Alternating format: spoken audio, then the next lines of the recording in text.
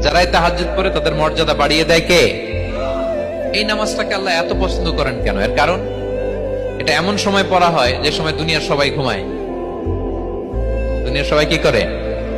নিঝুম নিস্তব্ধ রাত, আপনি উঠে অজু করে নামাজ পড়তেছেন, তখন আপনি ঘুমান না, আপনি তখন আল্লাহর রঙে রঙিন হতে চান, কারণ আল্লাহও ঘুমায় না।